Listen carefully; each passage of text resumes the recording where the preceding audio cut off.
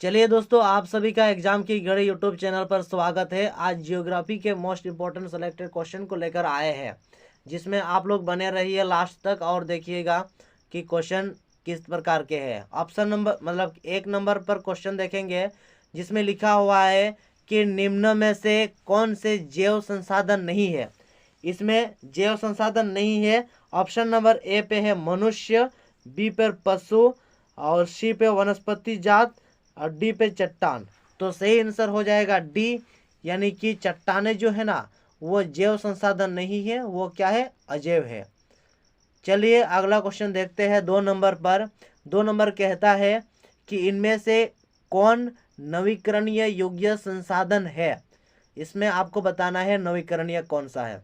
ए number पे चट्टान, B number पे खनिज, सी नंबर पे सौर ऊर्जा, डी नंबर पे इनमें से कोई नहीं। तो सही हो जाएगा सौर ऊर्जा जो है वो नवीकरणीय चट्टाने है और बाकी जितना भी है वो अनवीकरणीय है। चलिए अगला क्वेश्चन देखते हैं 3 नंबर में। 3 नंबर का कहता है काली मृदा को किस नाम से जाना जाता है। काली मृदा का, काली मिट्टी का और दूसरा नाम क्या है। ऑप्शन नंबर ए पे है जलोढ़ मिट्टी, बी पर है खादर और सी पे है रेगर और डी पर है भांगर। तो सही है सी, यानी कि रेगर मिट्टी के नाम से भी हम लोग जानते हैं काली मिट्टी। अगला क्वेश्चन देखते हैं 4 नंबर में। 4 नंबर देखते हैं कि नई जलोढ़ मृदा को क्या कहा जाता है। नई वाला जो बनता है जलोढ़ मृदा, उसको हम लोग क्या बोलते हैं। ऑप्शन नंबर ए कह रहा है कि खादर मिट्टी, बी पे भांगर मिट्टी, सी पे है लाल मृदा और डी पर है पीली मृदा। तो सही हो जाएगा ऑप्शन नंबर ए, यानी कि खादर मिट्टी हम लोग कहते हैं नई वाला जलोढ़ मिट्टी को। चलिए अगला क्वेश्चन 5 नंबर पर देखते हैं। 5 नंबर क्या कह रहा है कि किसी मिट्टी में लौह धातु की अधिकता होती है। किस मिट्टी में, कौन सा मिट्टी में लौह धातु की अधिकता होती है। ऑप्शन नंबर ए पे है लाल मिट्टी पर, बी पे काली मिट्टी पर, सी पे लेटराइट मिट्टी पर, डी पे इनमें से कोई नहीं। तो लाल मिट्टी पर सबसे ज्यादा आपको मेटल मिलेगा, धातु मिलेगा। ठीक है। इसके बाद अगला क्वेश्चन 6 नंबर पर चलते हैं। लौह किस प्रकार का संसाधन है। ऑप्शन नंबर ए पे है नवीकरण योग्य, बी पर है जैव संसाधन, सी पर है अनवीकरणीय योग्य, डी पर है प्रवाह। तो सही आंसर है सी नंबर, यानी कि अनवीकरणीय योग्य है लौह। चलिए अगला क्वेश्चन 7 नंबर देखते हैं कि बांगर और खादर किस प्रकार की मिट्टी है। ऑप्शन नंबर ए पे जलोढ़ मिट्टी, बी पे काली मिट्टी, सी पे लाल मिट्टी, डी पे पर्वतीय मिट्टी।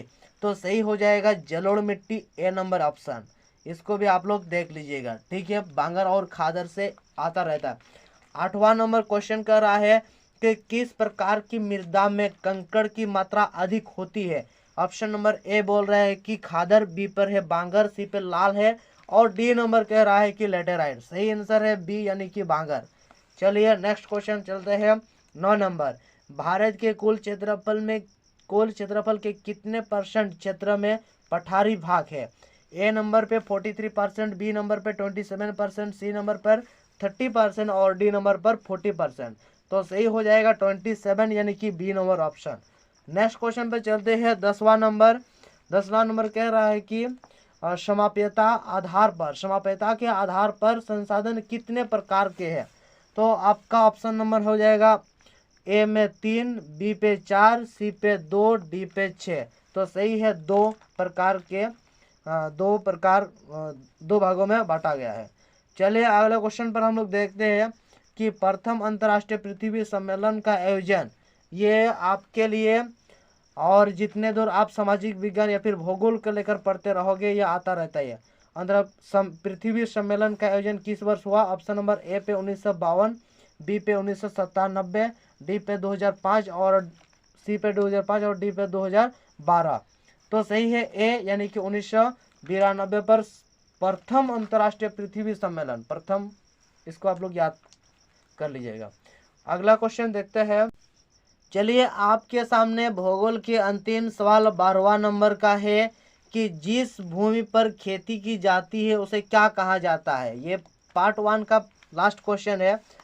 जिस भूमि पर हम लोग खेती करते हैं उसे क्या कहते हैं। ऑप्शन नंबर ए कह रहा है कि कृषि योग्य भूमि, बी नंबर कहता है बंजर भूमि, सी नंबर कहता है कि चारागाह, डी नंबर कहता है कि वन भूमि। तो सही आंसर हो जाएगा कृषि योग्य भूमि हम लोग बोलेंगे जिस पे हम लोग खेती करते हैं। ये आपके भूगोल के कुछ इम्पोर्टेंट क्वेश्चन थे, तो इसमें आप लोग को देख लीजिएगा, जो कि एग्ज़ाम ओरिएंटेड बहुत